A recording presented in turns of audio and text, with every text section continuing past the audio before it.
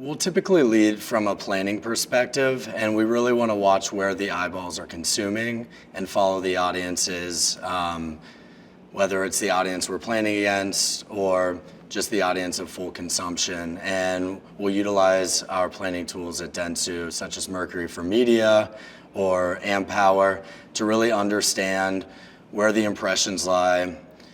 Currently, even though the consumption shows that CTV is around at parity, if not more, of linear TV, there are still more impressions within linear TV, so we will use our planning tools to follow this mix and kick out a media mix stemming from that. So how does the opportunity to advertise in CTV different from linear, and what's the expectations of brands? I think what CTV really provides is a golden opportunity to bring brand all the way down to performance and bring audience in the mix at the forefront. So it really allows us to bring an audience into the mix, use deterministic or probabilistic identifiers on the CTV screen, target the consumers at a household level, and then actually follow that from exposure down the purchase funnel and see if we can drive performance in the end. And what we can do from there is optimize, rinse, repeat, and really start driving effectiveness. I wanted to ask about programmatic and where programmatic sits in the mix and how it's evolving, its role in the upfront, and what we should be watching. Yeah, so I really think over the last 2 or so years, programmatic has become more at the forefront from a CTV perspective. I think on one hand, we have our traditional brand advertisers who have been purchasing TV and CTV for quite some time, really understand and start to harness the powers of DSPs, whether that's for omnichannel optimization, insight into reach and frequencies, some more upper funnel brand metrics. And then we also have on the other end some more of our performance clients who may have been activating within a DSP programmatically for quite some time. And I think they're finally understanding that CTV can become a performance channel. And I think as we're starting to see kind of an inflection point of supply and demand, a lot of these partners are actually starting to see CTV become more of a performance channel that they can have their clients feel comfortable shifting into it.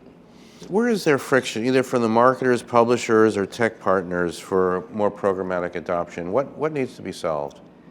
Yeah, so I do think that the marketplace has really started to solve some of these problems. They understand that this is here, it's here to stay. But historically, a lot of the larger media companies have become familiar with the upfront, with forward-facing commitments, and really the flexibility and stability of it. And with programmatic, this kind of brings a little more variables into the play. So some of the friction that we've been working with our partners is really making them feel comfortable that if we operate in a dynamic marketplace, whether it's through PMPs or just programmatic guarantees and have it fixed, that the dollars will remain stable and that they can feel comfortable with their projections. Kevin, we've reported a lot on targeting, audience targeting, the use of first-party data, and the value of that for publishers and retail media companies and a lot of people. Tell us about the state of utilizing first-party data to target audiences or audience segments. Yeah, I think that the utilization of first-party audiences are really at the forefront of a lot of our clients right now and how they're activating within their media strategies. And I think what's very kind of important, and it's definitely gaining a prominence, is the utilization of where we can find a stable identifier and pass that through the entirety of the workflow, through the bid stream, and actually be able to report out on exposures on the back end. And here at Dentsu, we have our Mercury ID, which basically we've started enabling and creating, whether it's clean room connections or via non-board or connections to the supply marketplace. And we've started activating audiences in a very high fidelity way with a lot of this exposure outcome on the back end, and that ties to whether it's retail media or any type of brand performance on the back end. So there's a lot more supply coming online now, available. How does sort of the availability of supply change the game? What's the opportunities for you, and what would you like to see from the sell side more broadly?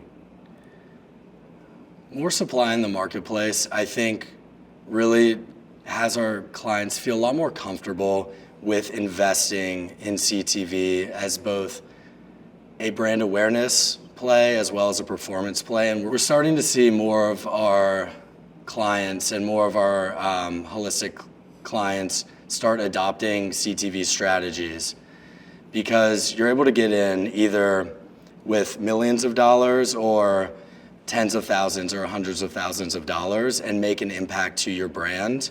I think this proliferation of supply has really started bringing that into the forefront and having our advertisers have the opportunity and the willingness to really start getting in.